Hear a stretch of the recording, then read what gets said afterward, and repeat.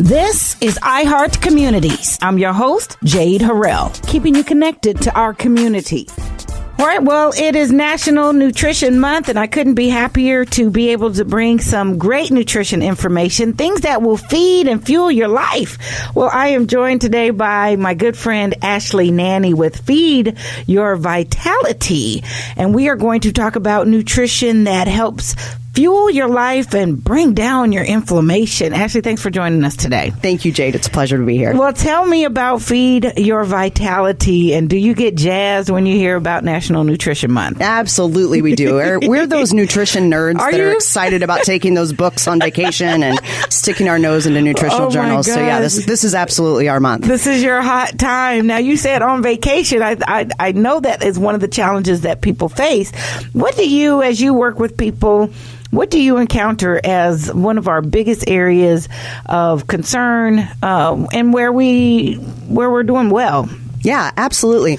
To me, what's really most crucial in our bodies is keeping inflammation down. Yeah. Okay. So if we have acute inflammation, we trip, we skin our knee, that's good. Our body swells, there's an inflammatory response, and we want that. Okay. But if we're eating off track, if we're not getting enough sleep, if our stress levels are high, if we're exposed to a lot of environmental concerns, we're going to have that chronic low-lying inflammation that are the itises that lead, the bronchitis, sinusitis that lead to cancer, diabetes, heart disease. Oh, gosh. One of our best ways to control that is through food. So looking at every single food having an inflammatory index, and it's either anti-inflammatory, inflammatory neutral, or it's causing inflammation in the body. So anti-inflammatory, inflammatory neutral, or causing inflammation in our body. So it's doing one of the three. Absolutely. And then those three emerge as a underlying condition that we see or manifests as an itis. It absolutely can. Oh, boy. Yeah. So you have a cold and you have stuffy nose and you want ice cream. That kind of thing. And you eat ice cream and it gets even more, your nose starts running even more from that sugar and that dairy. Yeah. That's the inflammatory response. The sugar and the dairy is a left-right punch there, huh? Absolutely. What if I took out the sugar? Would I be all right with just the cream? Some people, it depends on your immune system and where you are in your own set of health. All right. So if you think about it, if your immune system's in complete health, then you can take numerous hits. Sure. That said, we are the only species that drinks milk past infancy. And we're the only species that drinks milk from another species unless it's urgent. So well, there's something there to look at. Exactly. Does that suit and fit our nature? Well, then help us then take a look at this from a different way. I really love that we've got a guide or measure, some sort of barometer with an inflammatory index. So let's talk about how we become inflammation aware. Sure. Absolutely. You hear a lot of the diets that are going on today and a lot of them that work and don't work. Yes. What's common among most of them is they're saying shop that perimeter of the grocery store. Okay. Get away from anything with a label.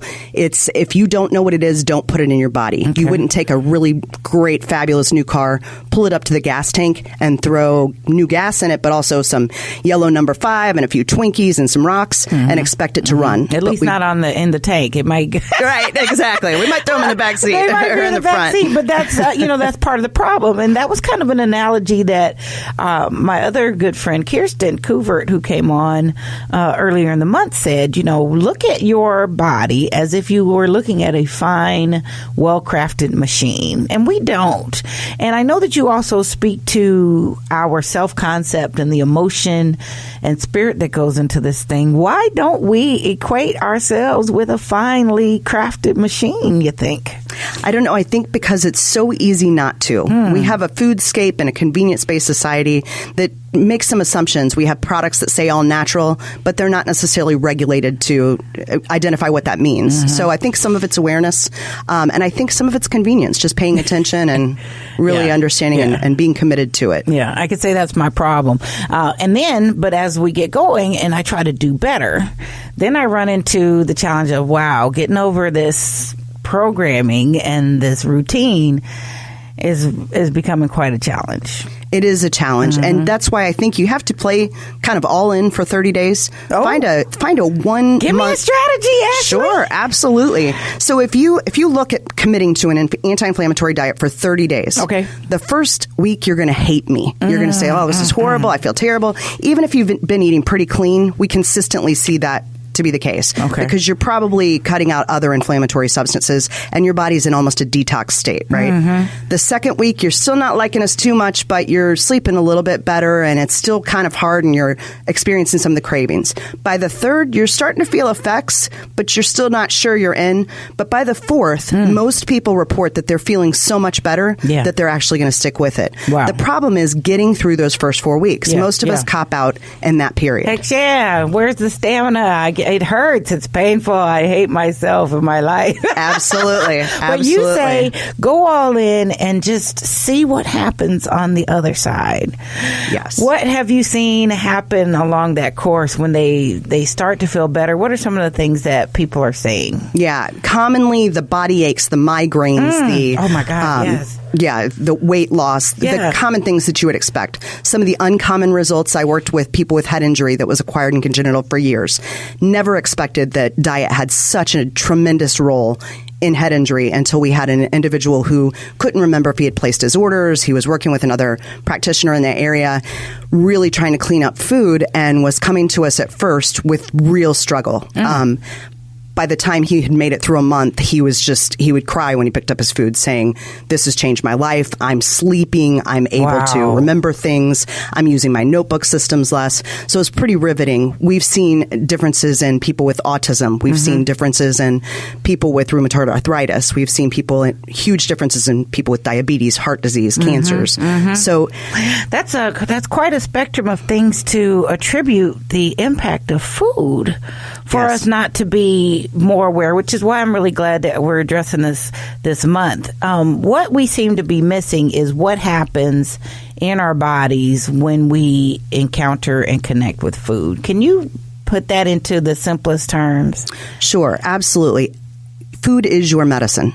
When you put something into your body is going to react and in its most natural state. If you put artificial sweetener in your body doesn't know what that is. So it's going to act like it's sugar. And it will act like you put 10 times more sugar into your body than you actually did. Oh, wow. Which is why when we as a society went to a low-fat, high-fiber diet with a lot of artificial sweeteners, we ended up seeing our obesity rates dramatically rise. Yeah, right? Is that something with more products and information and options that have occurred over decades now, several decades, that we still, our obesity rate overall continues to rise. Tell folks a little bit about your background. How did you come to this work anyway? Sure, yeah. I was the one that was hard-headed enough that I had to get hit by a 2x4 over the head. Okay. And be sent home with hospice when my daughter was 2. You were, wait. You were in hospice. I was, yeah. I was diagnosed with cancer. It was a rare form of cancer. It was not... In the time, they were basically saying, there's nothing else we can do. So I got pretty desperate and started looking into some alternative modalities, started shifting food, didn't expect to be shifting food at all. But I also had a 2-year-old who was pretty sick at the time. Nothing dramatic, but nebulizer breathing treatments for varic seizures, inner ear infections. And the doctor said, what are you feeding her? And I said, I thought he was going to clap for me, right? He said, apple juice. I said, apple juice and chicken and Cheerios and that type of thing. And that sounds like you're doing pretty clean compared to... Right, I felt like I was. 20 years ago, now I know a lot more. Yeah, and that's something... he said, don't feed her any of that. Put as much garlic and horseradish as you can into that child. And I said, have you never had a child? And he said, I have 7. How on earth will I get that in my child? Right. And with he them said, being conscious of put it in a sock and pin it to their pajamas on the outside and let her breathe it. If that's what it takes. Hold on. Kid you not. And within a month, she didn't have any of the breathing treatments, no more seizures. We changed her diet, and we saw a dramatic difference in her, which gave me hope. Absolutely. You know, I have to ask, and this is a side note, because I really value and admire your resilience and your story. You were in a condition. You had this little kid. I mean, 2... They've got descriptions for 2-year-olds. Yeah.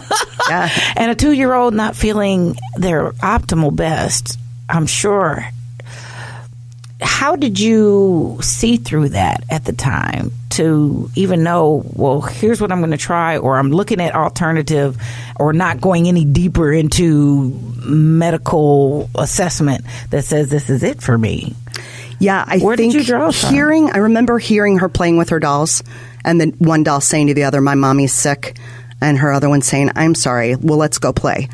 and thinking, it was so routine for her, right? That's kids. Just her existence. Yeah. And thinking, I can't leave. I need to be here. Right. And so it was a matter of trying anything. There is not a one-size-fits-all approach. There isn't a one way. I wish there was.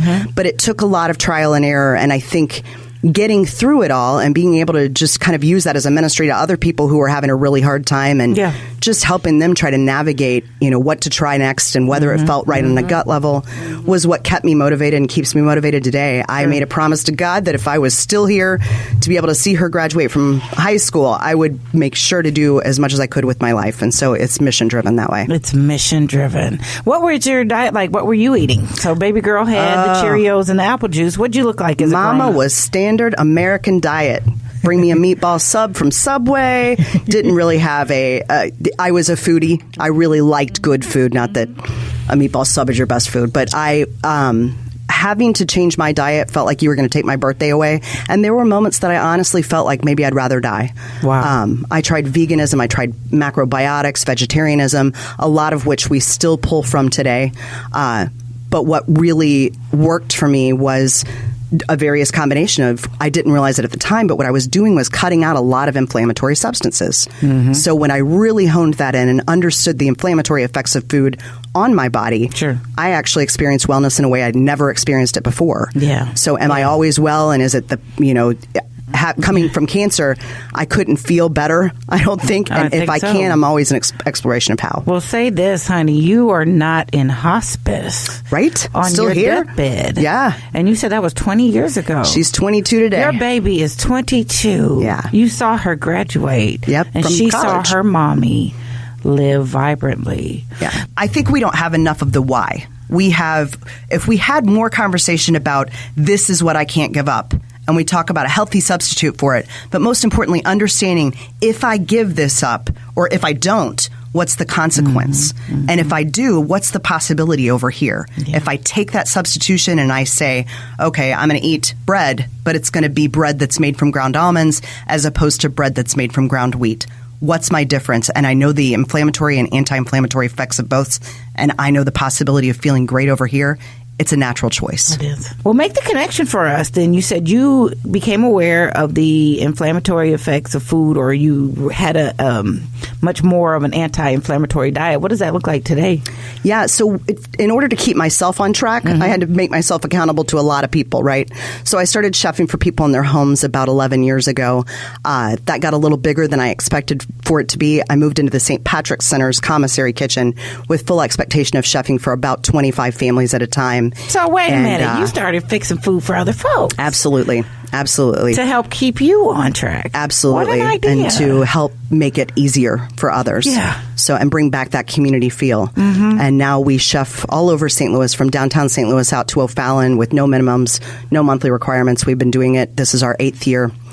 Beautiful. And we've just been able to have amazing experiences with thousands of people. So out of your experience, it became a business that, of course, now is mission driven.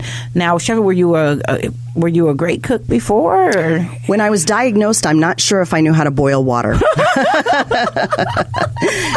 Yeah. But being a foodie, I really had a penchant for being able to put flavors together well, and right, you know what tastes was good. All about making it.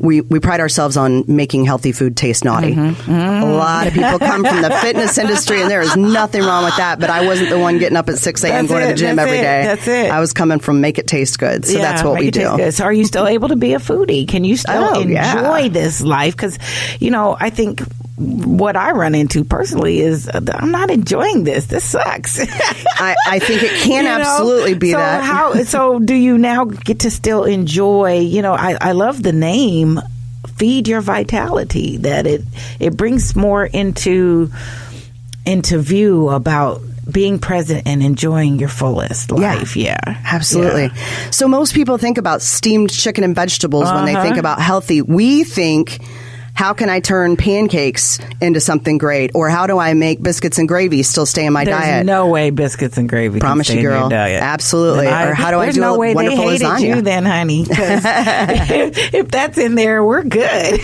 Absolutely. I'm in for the long haul. We're all right. Well, that's cool. What other kinds of things? What kinds of things do you make for people to get there? Because they're transitioning from probably the same sad diet that we know, but a place of unknowing. Yeah. So again, it's that all-in philosophy. We're going to take it all out at once, which is hard. Okay, but cold turkey. Cold turkey. That's going to be your best way because you're going to get to what your triggers are first. Ooh. And really, that's going to make you feel better fastest. So what's the one thing you can't give up? It's usually bread, sugar, dairy, sweets. There's one thing. That's the thing that's probably causing you the most trouble in your body. Ooh. And once you eliminate it, you don't even want it anymore.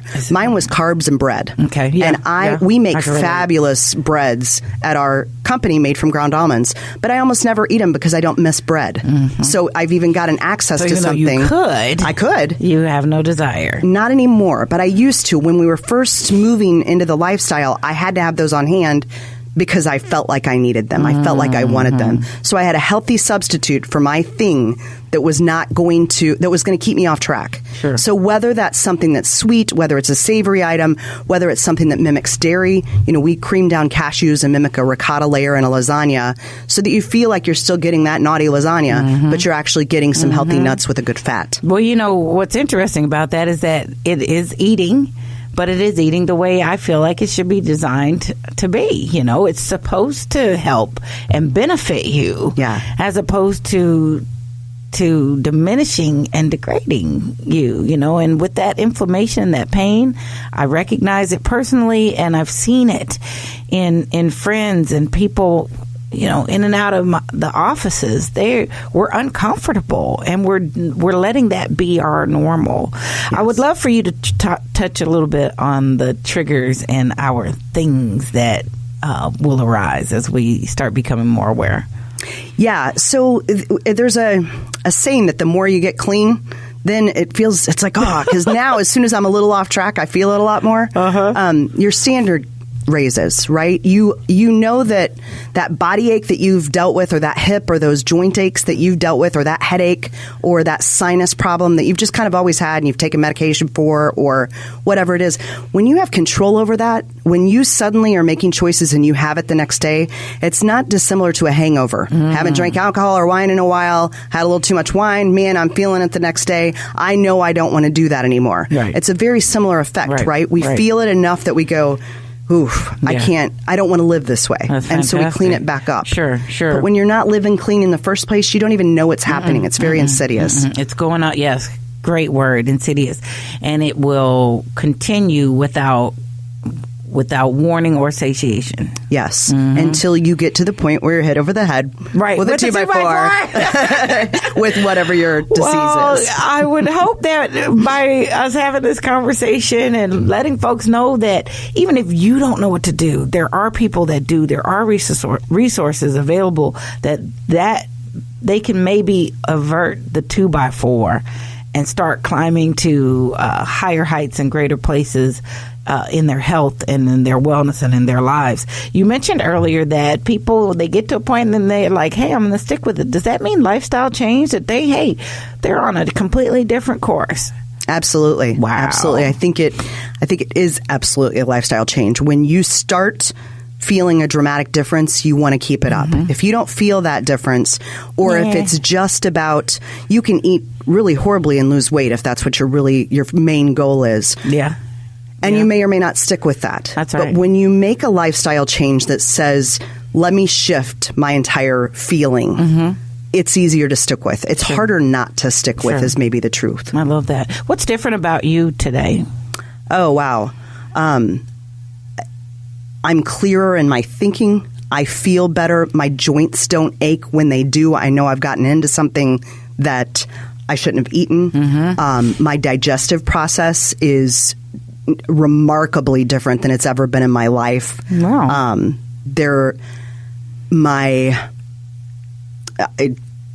My outlook, I don't know, everything about me from where I was before took a lot of work. I was not in a well state at all and never had been that kid that was on antibiotics and had, just been set up for health in the gut. Sure. So, how powerful that your very beginnings are not at all like where you strive today. Yeah, staying away from all of that if possible.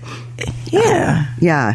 It's awareness, I think though. It is awareness, but how many of us are in a place of, well, this is what I come from. This is who I am. This is what I'm made of.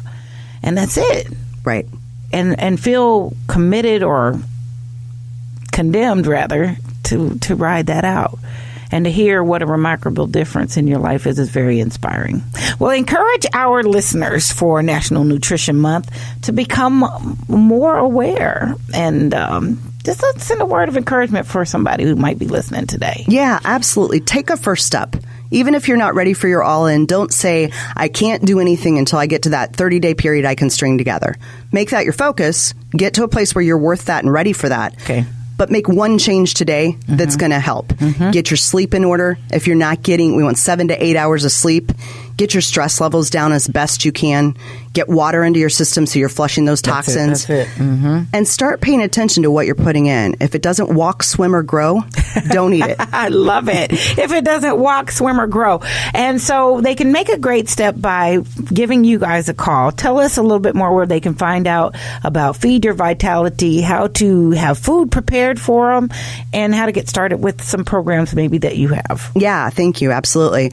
You can give us a call or go on our website, 314-910-3324. Okay, run it by me again. Yeah, 314-910-3324. Yeah. Or feedyourvitality.com. We have classes with 7-course tastings that will teach you everything you need to know to do it on your own. We have meal delivery where we'll bring you things so you can keep things on hand in your fridge or freezer when you're about to go home and make other choices. We have over 2,000 pins pinned on our Pinterest page with recipes that you can make yourself. And we have coaching services through Kirsten Kuvert and others that are fabulous people in this community that are committed to helping you make it through the journey as little or as much as you need. That's fantastic.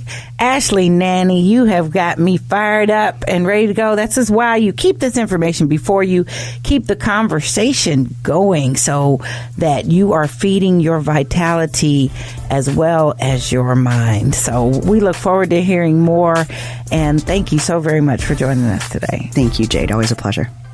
All right, that's it for this week. If you have questions or comments or have something you'd like to include in the community calendar, you can leave a message on our message box at 314-333-8369, 314-333-8369. And for more information about our show or any of our guests, you can visit us online and listen to the podcasts at Spreaker.com. That's Spreaker.com. Just search iHeart Communities with Jade Harrell. You all be blessed, do blessed, and take care.